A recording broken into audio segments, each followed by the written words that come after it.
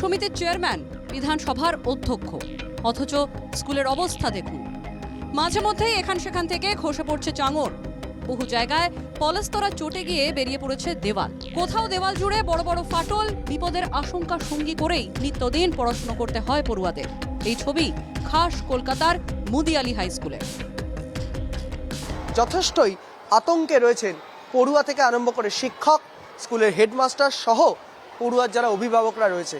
এমনকি স্কুলের ভেতরে যে ক্লাসরুম রয়েছে, যে ক্লাসরুমে এই মুহূর্তে এতটাই বেহাল দশা বা ভয়ঙ্কর দশা যে চাঙড় খসে পড়তে পারে বলে এই ক্লাসরুমে কোনো পড়ুয়াকে বসানো হচ্ছে না।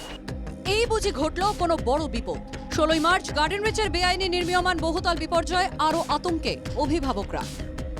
যে এত ফ্লাড হচ্ছে যে একটা আগুন লাগলে একটা দমকল ঢুকতে পারবে না। একটু এগুলো আতঙ্ক মনের মধ্যে একটু ছুলে এই স্কুলে ছেলেকে পাঠাই ভয় ভয় লাগে যে এটা আবার না স্কুলটা না কিছু হয়। যখন খুশি হতে পারে কোনো বিপজ্জনক। হ্যাঁ, বাথরুম ভালো না, পরিষ্কার না, যেতে পারে না ছেলেরা বলে। কর্তৃপক্ষ স্কুলের বেহাল দশা স্বীকার করে নিয়েছে। প্রধান শিক্ষক জানিয়েছেন 2019 সাল থেকেই স্কুল বাড়ি বদলের চেষ্টা চলছে। দ্রুত পড়ুয়াদের অন্যত্র সরিয়ে নিয়ে যাওয়া হবে। স্কুলের পরিচালন সমিতির সভাপতি বিধানসভা স্পিকার বিমান বন্দ্যোপাধ্যায়, তিনি নিজেই বিষয়টা নিয়ে যথেষ্ট উদ্বিগ্ন।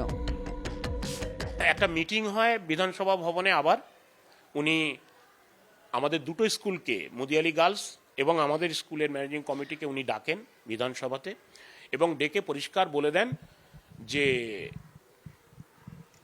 এই বিল্ডিংয়ে শিফটের ব্যবস্থা মুদিয়ালি গার্লসেই ভালো।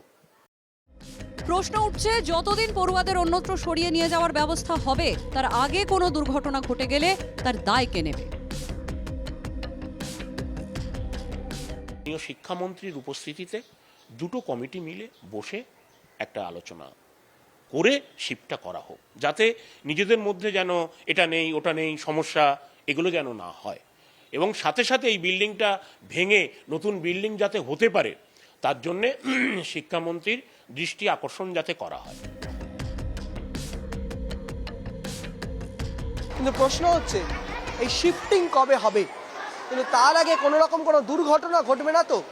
এই আতঙ্ক কিন্তু গার্ডেন রিচের যে ঘটনায় প্রাণ কেড়ে নিল 11 জনের, সেই ঘটনার পর থেকে কিন্তু আতঙ্ক পিছু ছাড়ছে না পড়ুয়া থেকে আরম্ভ করে শিক্ষক, শিক্ষিকা এবং যারা পড়ুয়াদের অভিভাবকরা রয়েছে।